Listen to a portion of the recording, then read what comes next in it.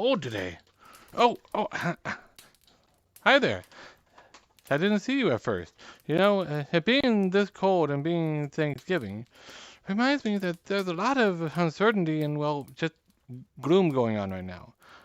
Businesses being closed, families being separated, and told they can't gather together around the table as usual.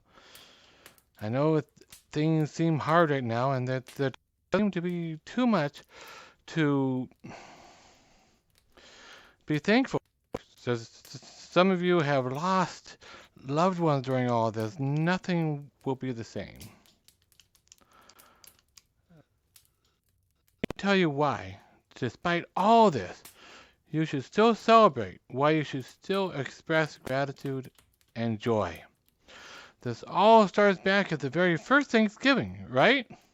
Actually, a bit before that. Try starting with the crossing of the Atlantic by William Bradford and the 102 colonists on board the Mayflower. They had a long, stormy, and dangerous crossing facing disease and starvation. There were 3 pregnant women and more than a dozen children crowded below the decks in the hold in cold, damp conditions, living off hardtack biscuits, dried meat, and beer. Can you imagine what it must have been like that to be that crowded together in those conditions and then experience seasickness? Life was miserable for them for those 2+ months. The Mayflower was a cargo ship, not a passenger ship. It didn't have comfortable cabins and living conditions.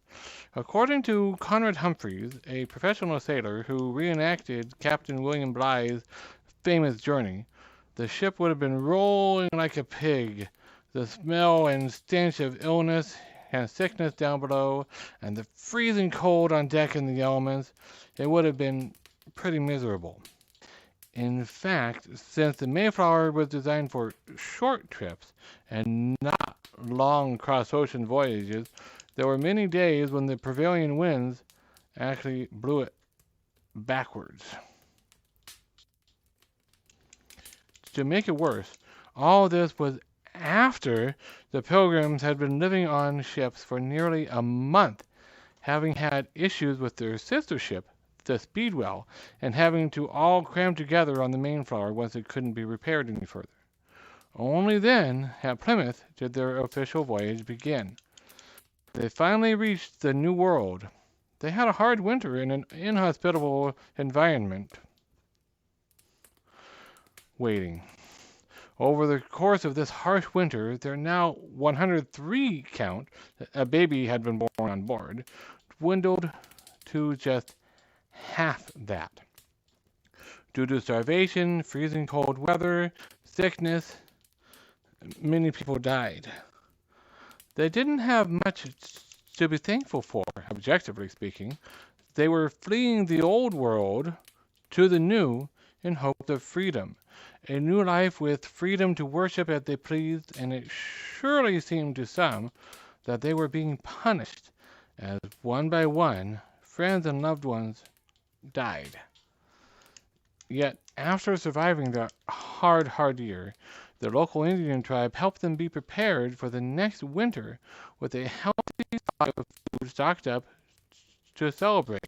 And they held a harvest feast with both the European settlers and the Indians attending. While it wasn't called Thanksgiving at that point, it was a feast of thanks to both their new Indian friends and to God, who had provided. If they, after such incredible adversity and hardship, could be thankful for what they had and celebrate joyously, surely we can as well. They were able to find joy and peace and gratitude in the midst of incredible suffering. Surely we can find gratitude and joy in our hearts, no matter where we are in relation to our families. Gratitude, even and especially in the face of adversity, leads to happiness. Grateful people are happy, ungrateful people are unhappy.